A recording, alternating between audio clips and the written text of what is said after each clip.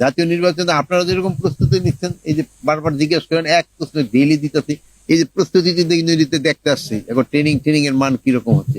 19শে জুলাই এই কারাগারটা আগুন দিয়া করে দিছিল এবং সব বন্দীরা কিন্তু পালায় চলে গেছে। এর ভিতরে যারা পালায় গেছিল, এর ভিতরে অনেকে স্বেচ্ছায় আইসা আদি চলে আসছে, আর কিছু সংখ্যক অ্যারেস্ট করা হয়েছে, কিন্তু সবাইকে কিন্তু অ্যারেস্ট করা এখনো যায় নাই, বাট আমাদের চেষ্টা আছে।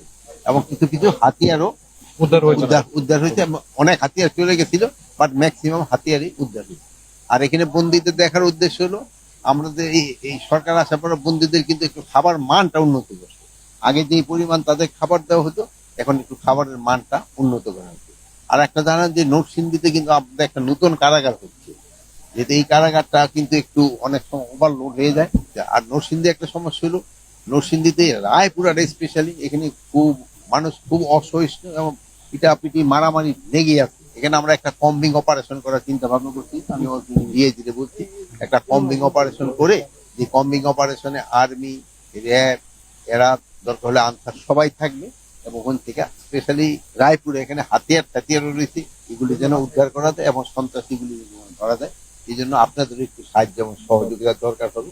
আর এখানে ভিতরে দেখলাম ম্যাক্সিমামই কিন্তু ম্যাক্সিমাম লোক মাদকে, এটার ক্ষেত্রে আপনাদের দরকার, আপনারা জনগণকে সচেতন করতে হবে। মাদক কিন্তু কোনো উপকার তো নেই, এটা অপকার ছাড়া কিন্তু কোনো উপকার নেই। আর এই মাদকদের জন্য আমরা একটা স্পেশাল কারাগারের চিন্তা ভাবনা করা উচিত। আর আমরা আরেকটা চিন্তা ভাবনা করছি, যেখানে কারাগারে যারা থাকে, আপনারা দেখলেন যে ফ্যামিলিগুলি কিন্তু খুব খারাপ অবস্থায় থাকে। এই ফ্যামিলিগুলি যে তোমার পারবো না, বাট কারার ভিতরে যদি তারা একটু কাজের ব্যবস্থা করা যায়, এখান থেকে তারা একটু আয় করে ফ্যামিলির একটু সাপোর্ট করতে পারে, এই ব্যবস্থা আমরা করতেছি। বাট এগুলি করতে একটু সময় লাগে। ডেইলি কিন্তু অস্ত্র উদ্ধার করছে, অস্ত্র তো কিছু বাইরে রয়েছে, তা আমি অস্বীকার করি না, বাইরে রয়েছে, বাট আমরা চেষ্টা করতেছি উদ্ধার। না, এখন অন্যের দোষ দিয়ে লাভ নাই। আপনাকে এলাকার আপনাকে তা নিজেরে করতে হবে। এই জায়গার পরিস্থিতি আপনারা একটু হেল্প করবেন, আর আমরা এখানে একটা কম্বিং অপারেশন চালাবো।